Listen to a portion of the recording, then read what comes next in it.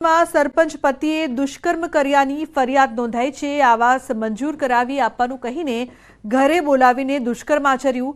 સંખેડા તાલુકામાં આવેલ ગામની ઘટના। આરોપીએ જરૂરી કાગળ ઘરે લઈ આવવાનું કહીને દુષ્કર્મ આચર્યું। આરોપી મનોજભાઈ નાથાભાઈ સોલંકીને ઝડપી પાડી જેલ હવાલે કર્યો। સંખેડા પોલીસે ગુનો નોંધીને આગળની કાર્યવાહી હાથ ધરી છે।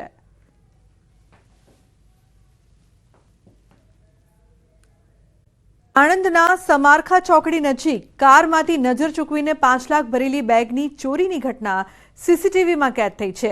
3 ગઠિયાઓએ પહેલા કારમાં પંચર પાડ્યું અને બાદમાં પંચર કરતી વેળાએ બેગ ચોરી કરીને ફરાર થયા।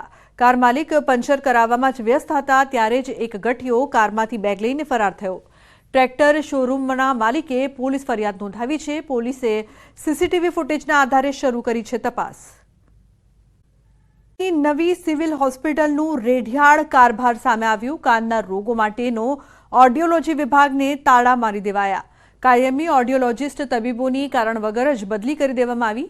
ગરીબ દર્દીઓ કાનૂની બહેરાશની તપાસ કરાવવા માટે ખાનગી ક્લિનિકમાં જવા મજબૂર બન્યા છે। કાન માટે મહત્વની તપાસ ગણાતી ઓડિયોલોજી વિભાગ છેલ્લા 1.5-2 વર્ષથી બંધ હોવાનું સામે આવ્યું। સામાન્ય ભૂલના કારણે કાયમી ઓડિયોલોજિસ્ટની બદલી થઈ જતા વિભાગ બંધ કરી દેવાની નોબત આવી હોવાનું જાણવા મળ્યું છે। ખાનગી ક્લિનિકમાં ગરીબ શ્રમજીવી દર્દી લૂંટાવવા મજબૂર હોવાનું પણ સામે આવ્યું છે। જરૂરી જે ઓર્ડર્સ છે એ માટે અમે જે ઇન્ટરવ્યૂ કરવાના છે, ઇન્ટરવ્યૂ માટે લગભગ 5 થી 6 વાર એડવર્ટાઇઝમેન્ટ થઈ ચૂકી છે અને જે કેન્ડિડેટ આવે છે એ કેન્ડિડેટના ઇન્ટરવ્યૂ કરી અને એમને જો લાયક હોય તો અપોઇન્ટમેન્ટ આપવાની પ્રક્રિયા ચાલુ જ છે। હોસ્પિટલમાં ઉંદરોનું રાજ, ઉંદર આંટાફેરા કરતા હોય તેવા વિડીયો સામે આવ્યા। અનેક સુવિધાઓ અપાતી હોવાના દાવા કરતી હોસ્પિટલમાં દર્દીઓ ઉંદરોથી પરેશાન છે। સારવાર લઈ રહેલા દર્દીઓને ઉંદર કરડી જવાનો ભય સતાવે છે। ત્યારે એક માસૂમના પિતાએ જણાવ્યું કે તેમની દીકરી સિવિલ હોસ્પિટલમાં સારવાર લઈ રહી હતી। એ દરમિયાન તેમને બચકું ભરી દીધું હતું। એમના માતાને પણ ઉંદર હવે બચકા ભરેલી લીધા હતા। તો આવા અન્ય દર્દીઓ પણ મળ્યા કે જેમણે ઉંદરોના ત્રાસ અંગે જણાવ્યું। ત્યારે તાત્કાલિક ઉંદરોના ત્રાસમાંથી દર્દીઓને મુક્તિ આપવામાં આવે તેવી માંગ પણ દર્દીઓ અને તેમના સગાઓ કરી રહ્યા છે।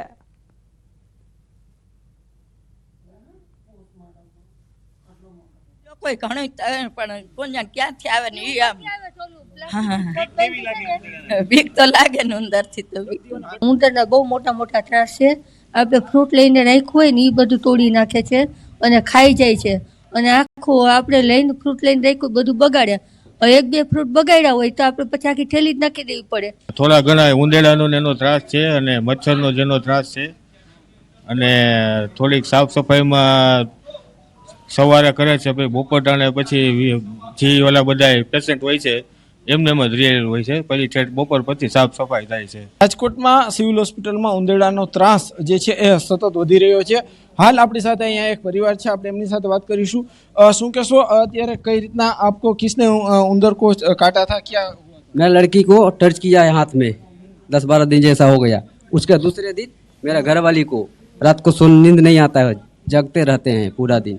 એ રીતના નાના બાળકો છે તે પણ ઉંદરના ત્રાસમાંથી નથી મુક્ત થઈ રહ્યા। આ સિવિલ હોસ્પિટલના દ્રશ્યો બતાવવા માંગીશ। આ જે છે નવી સિવિલ હોસ્પિટલ છે, અહીંયા જે છે એ દર્દીઓની સારવાર કરવા માટે આવતા હોય છે, પરંતુ દર્દીઓને રાત્રે ઊંઘ પણ નથી આવતી કેમ કે ઉંદરોનો ત્રાસ એટલો બધો છે।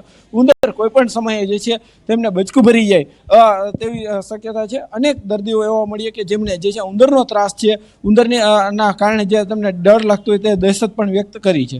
હાર્દિક જોશી, ન્યૂઝ 18 ગુજરાતી, રાજકોટ। જે ખરા અમીબેન તલાટી વ્યારા જોબ કરે છે અને વઘોડિયા મારા ઘરની સામે જ રહે છે અને એમને જાણી જઈને એમના ઘર હસબન્ડે મારી નાખવાનો પ્રયત્ન કર્યો છે। છૂટાછેડાનો પણ ઇસ્યુ છે, એમને છૂટાછેડા એ ભાઈ આપતા નથી અને જાણી જઈને મારી નાખવાનો ઇસ્યુ કર્યો છે।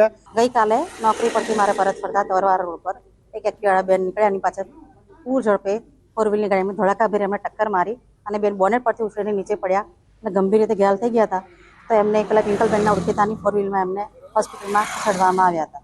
અકસ્માતમાં જે ભોગ બનનાર છે એ હાલ અનકોન્શિયસ છે અને હાલ એડમિટ છે બરોડા ખાતે, એટલે ક્રિટિકલ કન્ડિશનમાં છે એવું ડૉક્ટરનું જણાવ્યું।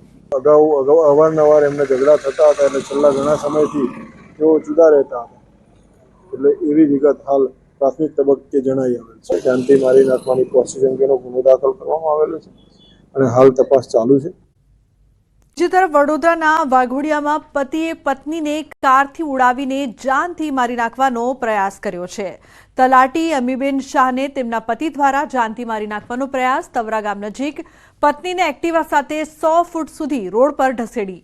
હાલ અમીબેન શાહની હાલત નાજુક છે. પતિનો પત્નીને મારી નાખવાનો પ્રયાસ નિષ્ફળ જતા પોતાને પણ ઈજા પહોંચાડવામાં આવી છે. હાલ અમીબેન શાહની હાલત નાજુક બતાવવામાં આવી રહી છે. તલાટી પત્ની અને આરોપી પતિને સારવાર અર્થે ખસેડવામાં આવ્યા.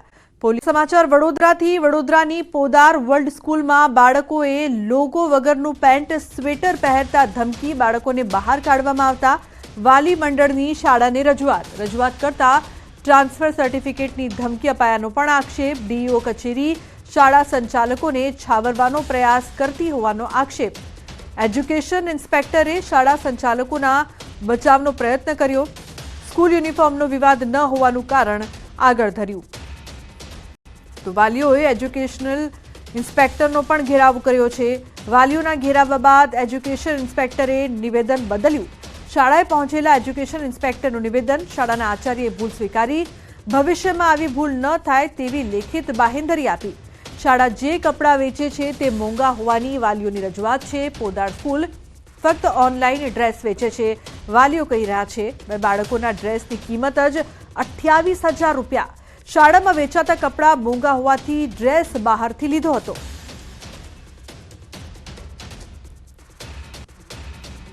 કંઈક હશે જ એટલે એ કાલે મારી રજૂઆત હું જે કરવા આવી કે તમે તમારા પી ટીચરને પૂછો અને તમે એમને બોલ તો મને કહે કે બહુ બધી સ્કૂલો પડી છે. એ મારી વાત સાંભળવા તૈયાર જ નહોતા. જે મારો પ્રોબ્લેમ હું લઈને આવી કે તમે મારા છોકરાને બહાર ના કાઢી શકો, હું આજે સ્કૂલની ફી ભરું છું તો તમે એનો ક્લાસ કેવી રીતે મિસ કરો અને 45 મિનિટ તમે આજે 6 વર્ષના છોકરાને તમે કેવી રીતના તમે એ કર્યું એવું છે. પેન્ટના બાબતે કે પેન્ટમાં લોગો નથી. અરે સાહેબ, તમે આઈ કાર્ડ આપ્યું છે, તમારી ટી શર્ટ જે પહેરી છે એના પર તમારો લોગો છે, તો તમારે પેન્ટની અને ખિસ્સાની સાઈડમાં તમારા લોકોને આટલી બધી ઇસ્યુ બનાવવાનો કોઈ જરૂરત જ નથી. તે છતાં પણ 8 થી 10 બાળકોને બહાર કાઢી લીધેલા. અને આની જે રજૂઆત છે અમે શિક્ષણ મંત્રીને પણ કરવાના છે. અને બીજું કે જે બાળ આયોગ છે એના પર બી અમે એના પર અરજી આપીશું સ્કૂલના વિરુદ્ધમાં, કારણ કે નાના બાળકો પર શું અસર થઈ હશે કે તમે એને બહાર કાઢી મૂક્યા. આ ખૂબ જ ગંભીર બાબત છે. એની અમે તાત્કાલિક બાળ આયોગમાં પણ અમે એની અરજી કરીશું.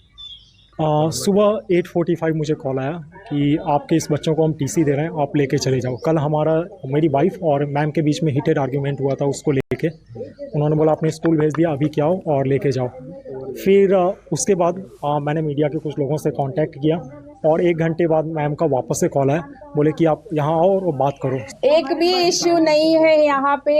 हमारे पेरेंट्स को जो भी इश्यू है हम जो भी सॉल्व करने के लिए तत्पर है, हम करेंगे और हमारी ड्यूटी भी वही है. हमारे पेरेंट्स हमारे लिए सर्वोच्च है और पेरेंट्स को कुछ भी प्रॉब्लम हो तो हम हमेशा करेंगे. आज नहीं, कल नहीं, हमेशा करेंगे. और कोई हमको इसके लिए किसी की जरूरत ही नहीं है बीच में आने की. हमारे पेरेंट्स के लिए हम हमेशा तत्पर है. देखो सब सॉल्व हो गया है. चलो. और हमारे पेरेंट्स की तकलीफ हम जानते हैं. મુદ્દો એ જ હતો સર કે ફિઝિકલ ટીચરે બાળકોને અલગ કર્યા હતા તોફાન કરતા હશે એ બાબતે, અને એ બાબતને માફીનામું પણ ટીચર પાસે લખાવ્યું છે.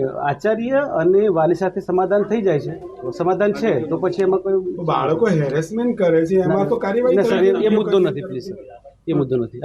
વડોદરા શહેરમાં આવેલી ખાનગી શાળાના સંચાલકો ડીઓ કચેરીને કે ડીઓને ગાંઠતા નથી. એના કારણે આજે શાળા સંચાલકો છે તેઓ બેફામ બન્યા છે અને વાલીઓ પાસેથી ઉઘાડી લૂંટ જે છે તે ચલાવી રહ્યા છે. ઉઘાડી લૂંટ ચલાવે અને ત્યારબાદ જો કોઈ વાલી વિરોધ કરે તો જે શાળા સંચાલકો છે તેમના દ્વારા દાદાગીરી જે છે તે કરવામાં આવે છે. આ પ્રકારનો કિસ્સો જે છે તે અત્યારે શેરખી ગામની જે પોદાર વર્લ્ડ સ્કૂલ છે ત્યાંથી સામે આવ્યો છે અને અત્યારે વાલી જે છે તે રજૂઆત કરવા માટે પહોંચ્યા છે. ઉલ્લેખનીય બાબત છે કે વાલીનું કહેવું છે કે જે શાળા સંચાલકો છે તેમના દ્વારા જે અન્ય વાલીઓ હોય છે તેમને શાળામાંથી જ યુનિફોર્મ અને સ્ટેશનરી ખરીદવા માટે દબાણ જે છે તે કરવામાં આવી રહ્યું છે.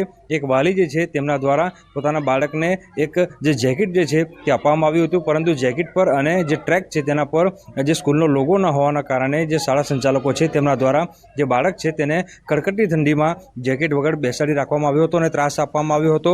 અને સાથે વાત કરીએ તો જે શાળા સંચાલકો છે તેમના દ્વારા કહેવામાં આવ્યું હતું કે જો સ્કૂલના લોગોવાળું યુનિફોર્મ જે છે બાળકને નહીં પહેરવામાં આવે તો જે ટ્રાન્સફર સર્ટિફિકેટ જે છે તે આપી દેવામાં આવશે। ત્યારે સમગ્ર મામલે જે વાલી છે તેમના દ્વારા ડીઓ કચેરીમાં રજૂઆત કરવામાં આવી છે। ત્યારે ફરી એક વખત ડીઓ કચેરીના જે સ્ટાફ છે, સત્તાધીશો છે, તેમની દ્વારા જે શાળા સંચાલકો છે તેમને વિરુદ્ધ કાર્યવાહીનો દોર જે છે તે કરવામાં આવી રહ્યો છે।